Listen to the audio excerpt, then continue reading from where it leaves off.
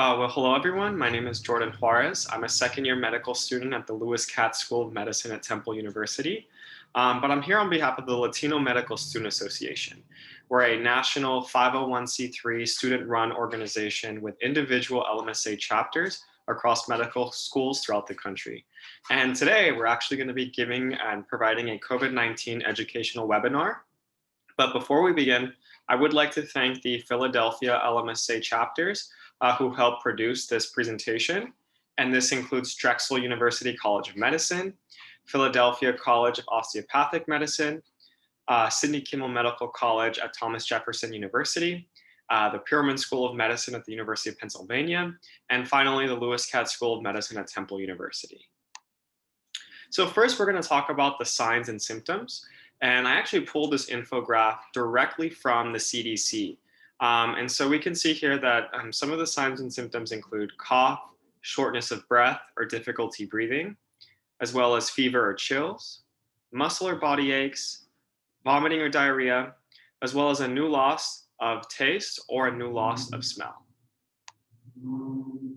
Hello, my name is Andrea Dominguez, and I'm a second-year medical student at Drexel University College of Medicine, and I'll be talking about COVID-19 testing. So who should get tested? The Philadelphia Department of Public Health recommends getting tested if you have been exposed to someone with COVID-19, and if this is the case, you should wait until 7 days after exposure to ensure test accuracy. If you have symptoms of COVID-19, you should also get tested, and these include at least one of the following, such as new or persistent cough, shortness of breath, new loss of sense of smell or taste, or at least two of the following, fever, chills, muscle pain, headache, sore throat, nausea or vomiting, diarrhea, fatigue, congestion, or runny nose. And in addition, you should also get tested if you have traveled to a state where there are a high number of recent transmission, and you can check travel recommendations in the City of Philadelphia website listed here. Testing is prioritized for people with the above symptoms who are hospitalized, have chronic medical conditions, reside or work in congregate settings such as nursing homes, behavioral health facilities, shelters, and prisons, people who are healthcare, public safety, or other essential workers, and also people who are close contacts of known cases or associated with a known cluster of cases of COVID-19. To find where you can get tested, listed here is the link for the City of Philadelphia website, where you can find a list of places around the city where you can get tested. Places can have different requirements, and in this website, you can search based on patient age, requirement of a referral, and the requirement of being symptomatic for testing. Hi, we're from SKMC at Jefferson, and we're going to be talking about the different types of masks. So there are 4 main types of masks, depending on your usage and who you are. The first type is the surgical mask. This one is fluid resistant. It gives you protection against large droplets, splashes, or sprays of bodily or other hazardous fluids. Most importantly, it protects others from the wearer's respiratory emissions. So its main intent is to protect others. We also have the N95 respirator. This one is primarily intended for healthcare professionals. What it does is that it's able to filter out at least 95% of airborne particles, including both large and small particles. But it requires fit testing, which allows it to be tight-fitting and minimize leakage of air in and out. We also have face shields, which are used primarily for eye protection, but they're not currently recommended as a substitute for masks because they haven't been proven to provide as much protection as our other different types of masks. And lastly, we have fabric masks. These are recommended to be 2 to 3 layers, essentially as many layers as possible without sacrificing any breathability. You want to try to find a tight weave of 100% cotton or silk, which is a little more breathable, but is still able to do the job. And most importantly, with fabric masks, since they are reusable, you want to wash them often with soap and hot water. Hi, we are part of PCON, and we are talking about safety precautions here. So the first thing that you should be aware of is social distancing. So make sure that you have at least 6 feet of distance between you and another person. The second thing you should be wearing is masks when around others, and using hand sanitizer if soap and water are not readily available. And be sure to use a hand sanitizer that is at least 60% alcohol. Additionally, you should be using proper hand washing techniques.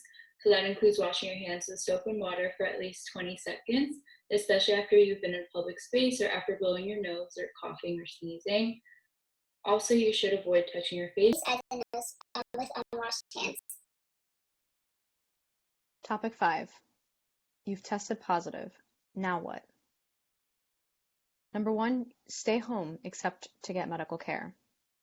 Most people with COVID-19 have mild illness and can recover at home without medical care. Do not leave your home except to get medical care. Take care of yourself. Get rest and stay hydrated. Avoid public transportation, work, school, or any other public areas. 2. Separate yourself from other people in the household. As much as possible, stay in a specific room and away from other people and pets in your home. If possible, you should use a separate bathroom. If you need to be around other people or animals, or go outside of the home, wear a mask. Tell your close contacts, which include anyone that you were in contact with in the last 48 hours prior to showing symptoms or testing positive, that they may have been exposed to COVID-19. 3. Monitor your symptoms. Symptoms of COVID-19 include fever, cough, muscle aches, and headaches. 4. Wear a mask. If you are sick, wear a mask over your nose and mouth. You should wear a mask over your nose and mouth if you must be around other people or animals, including pets, even in the home. You do not need to wear a mask if you are alone at home. 5. Cover your cough and sneezes. Cover your mouth and nose with a tissue when you cough or sneeze. Throw away used tissues in a lined trash can. Immediately wash your hands with soap and water for at least 20 seconds. 6. Wash your hands frequently. Wash your hands often with soap and water for at least 20 seconds. This is especially important after blowing your nose, coughing or sneezing, going to the bathroom, and before eating or preparing food. Use hand sanitizer if soap and water are not available. Avoid touching your eyes, nose, and mouth with unwashed hands. Also avoid sharing personal household items. Do not share dishes, drinking glasses, cups, eating utensils, towels, or bedding with other people in your home. Wash these items thoroughly after using them with soap and water or put them in the dishwasher. 7. Clean all high-touch surfaces daily. Clean and disinfect high-touch surfaces in your sick room and bathroom. Wear disposable gloves. Let someone else clean and disinfect surfaces in the common area, but you should clean your bedroom and bathroom if possible. High-touch surfaces include phones, remote controls, counters, tabletops, doorknobs, bathroom fixtures, toilets, and bedside tables. Clean and disinfect areas that may have blood, stool, or body fluids on them. Use household cleaners and disinfectants. Number 8. Quarantine. You can be around others after 10 days since symptoms first appeared and 24 hours with no fever without the use of fever-reducing medications. Also note if other symptoms of COVID-19 are improving. Importantly, loss of taste and smell may persist for weeks or months after recovery and should not delay the end of your isolation. Last, when should you seek emergency medical attention? Look for emergency warning signs for COVID-19. If someone is showing any of the following signs, seek emergency medical care immediately. Trouble breathing, persistent pain or pressure in the chest, new confusion, inability to stay awake, bluish lips or face.